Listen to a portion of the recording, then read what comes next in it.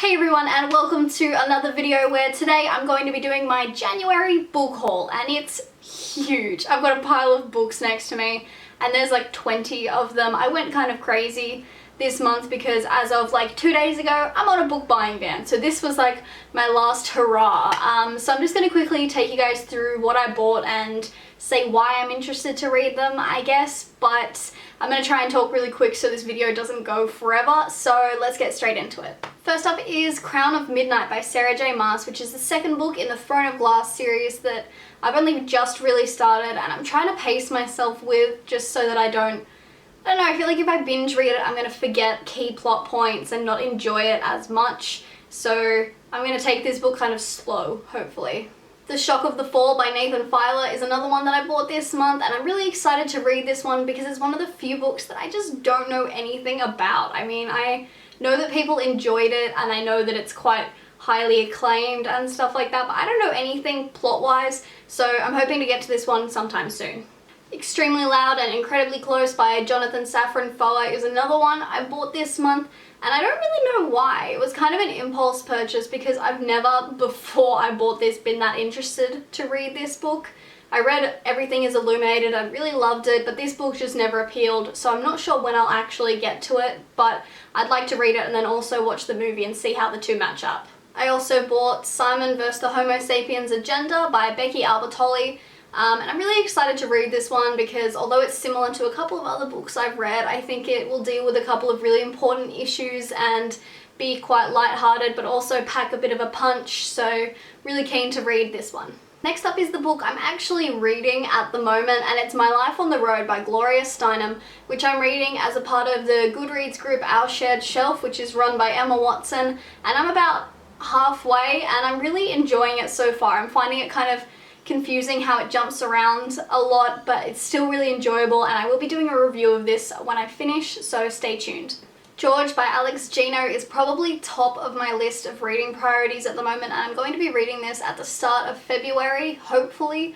And I'm really excited for this one because although it's a children's book, I think it's going to deal with a lot of really important issues, hopefully in a quite easy to digest way. Next up is The Rest of Us Just Live Here by Patrick Ness, and I've read a few of his other books. I read the Chaos Walking trilogy and didn't love it, and I read More Than This and really enjoyed it, so I'm not sure which way this is going to go, and it was a bit of an impulse purchase for the cool cover and the blue pages and the synopsis, which is basically just what happens if you're not the chosen one in the story. And I'm really intrigued by it and hoping I'll get to this sometime in February, but who knows.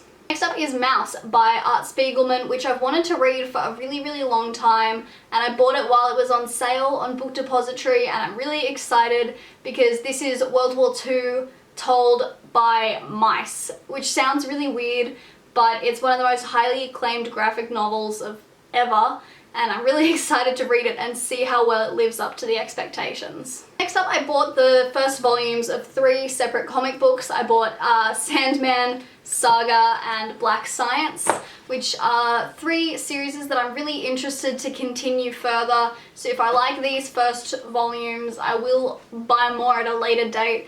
But I'm especially excited to read Saga because I've seen so many people raving about it lately that I'm so keen. I can't wait. Everything by Nicola Yoon is probably the only kind of fluff story that I bought, and I don't mean that in a bad way. I think this is going to be a quite easy read, but I don't think that makes it a bad book. I think it'll be maybe a bit of a tearjerker or just a really sweet story. I'm not really sure what to expect, but I am very excited to read it. So I bought 2 books that sounded really interesting, and it wasn't until I got home that I realized they were both by Ryan Gordon, and it's Wolf by Wolf and The Walled City.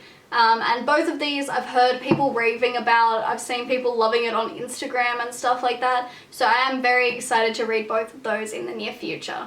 Next up is Shadow and Bone by Leigh Bardugo, which is the first in the Shadow and Bone or the Grisha trilogy. I don't actually know what the trilogy is called, but I'm really excited to read this because this is one I hear so many people rave about, and I also really want to read Six of Crows, and I'm not sure if I meant to read this series first, but I bought it anyway, and it's one of the first purple books I own, which is kind of exciting. So So this next one I was kind of unsure about buying because I've heard a lot of mixed things about it on Goodreads, but it's The Wrath and the Dawn by Renee Ahdieh, I think it is, or I don't know. I'm bad at last names, guys. But this is a retelling of Arabian Nights, and it came out like a year ago and people loved it, and it's got a beautiful cover.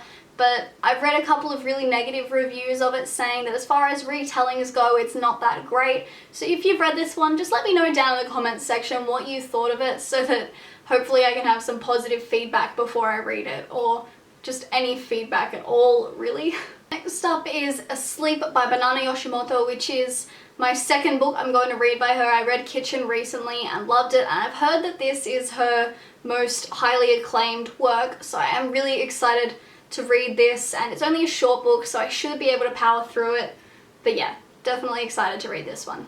So this next one will contribute to my goal of reading more classics, and it's Fahrenheit 451 by Ray Bradbury, which I've heard is in the same league as like Brave New World, 1984, those sorts of books, and I haven't heard people rave about this as a classic as much as I have with a lot of other books, but I'm still really interested to read this because it's about, you know, books are banned, and it's about a fireman who's kind of on the fence about how he's burning books and stuff, and it really intrigues me, so I'm hoping to get to this one really soon.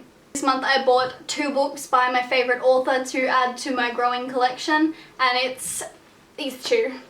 So it's What I Talk About When I Talk About Running and Colorless Suzuru Tazaki and His Years of Pilgrimage, both by Haruki Murakami, and this one is non-fiction and this one's fiction, but both of them are just going to be the most interesting reads in their own way, and I love his writing style, so I can't wait for these 2.